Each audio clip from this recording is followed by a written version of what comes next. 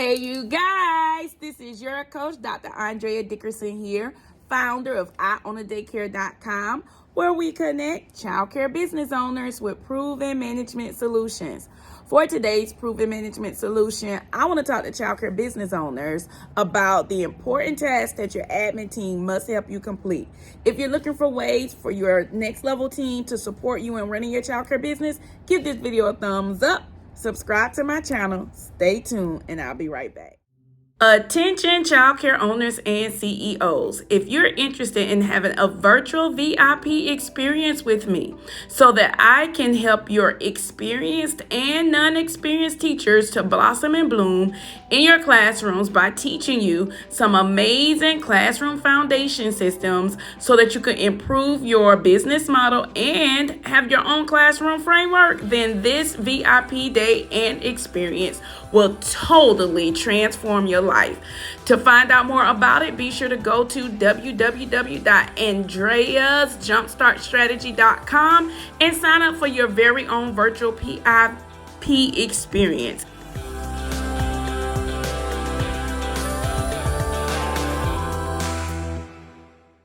Hey, you guys, thank you so much for staying along with me. Today, I want to talk to you about the tasks that your admin team must complete each and every day so that you can have a freedom-based model and they can support you in managing the childcare business that you love.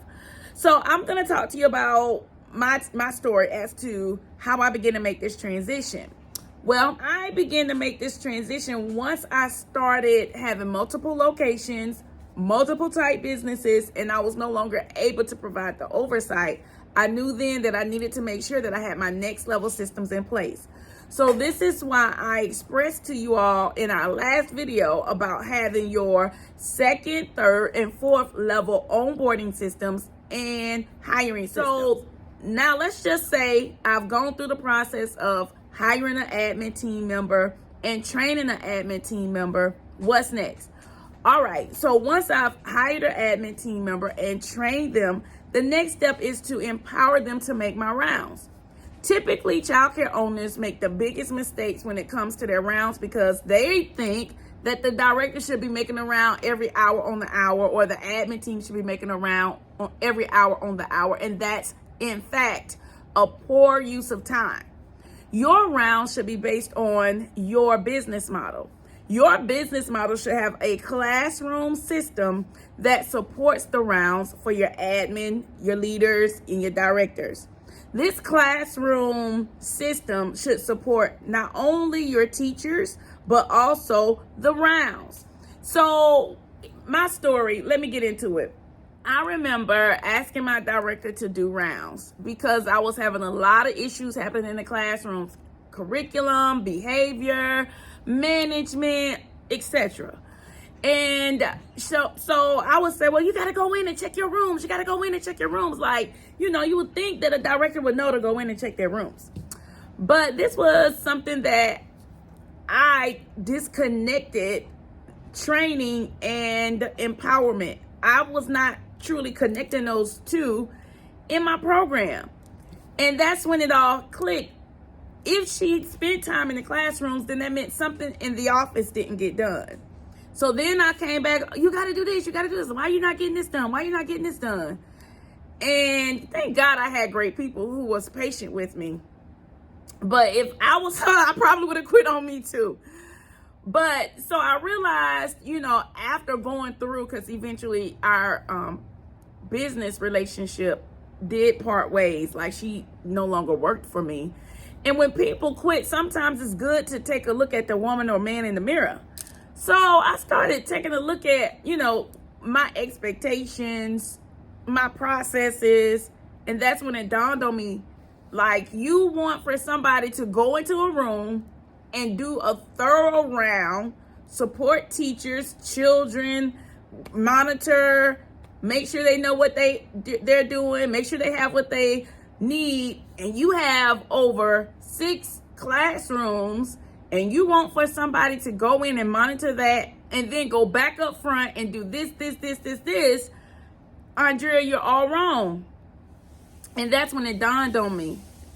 This is why it's so important to understand the logistics of your company.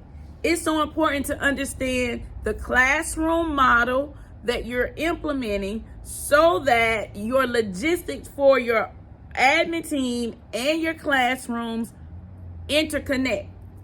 So stay with me. That is why I shifted from regular classroom checklists, because you can have a classroom checklist, and many of you all that are watching, you probably haven't upgraded your checklist yet to really become a part of a classroom model.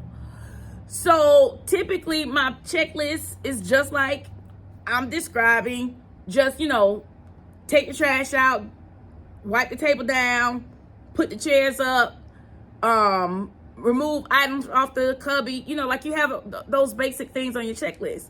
So what I had happening was, which I'm sure is happening to you as well, the teachers was just checking, or not checking at all because I didn't have the admin team. And then once I got my admin team in place to start monitoring those things, it was like I didn't connect that when my admin make the round that they needed the checklist. So I didn't have that connection until it began to become apparent to me that I needed to improve. So to improve, I changed my checklist and used it based on my classroom foundation system. And so my checklist is to maintain my foundation system. My checklist is to maintain what I expect during the rounds. So now my checklist matches the classroom schedule, and my classroom schedule now matches the rounds. So when my admin team have to do their rounds, when they come in at this time of the day, they know exactly what they're observing and what to look for, because in order for the next portion of the day to be completed according to our standard, the first part of the day was interconnected with the next part. So let me explain that to you.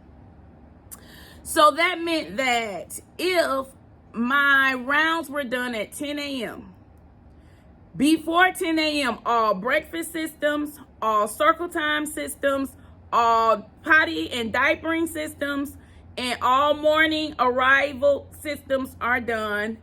And that meant that when she walked in to do her observation, she was observing that those systems were done. So at 10 o'clock, whatever happened next, then she would observe that those systems were done at her next round. So typically we have a morning round and an evening round. And those two rounds supported the classroom foundation system. And the classroom foundation system supported the classroom model. And the classroom model supported the overall business model. So then what was my business model? Well, that is why it's so important that you have clarity through a task management system on what your admin team are literally responsible for every day. Your admin team is your support help for managing your people and for managing your task. When you have an admin team, their task, their job is to manage the people and your task. So when you have a person that's hired to understand that, then you have to make sure that your business model has the task management list laid out so that your admin team knows exactly what's expected of them. And then you make sure that your task list complements your business logistics. Your business logistics is like the timing, when certain things are done in your organization. And then once you have those interconnected, it empowers your admin team to know that at 10 to 11, I'm doing my rounds for all 6 of my rooms. So nothing else for my day is to be completed during 10 to 11 except for my rounds.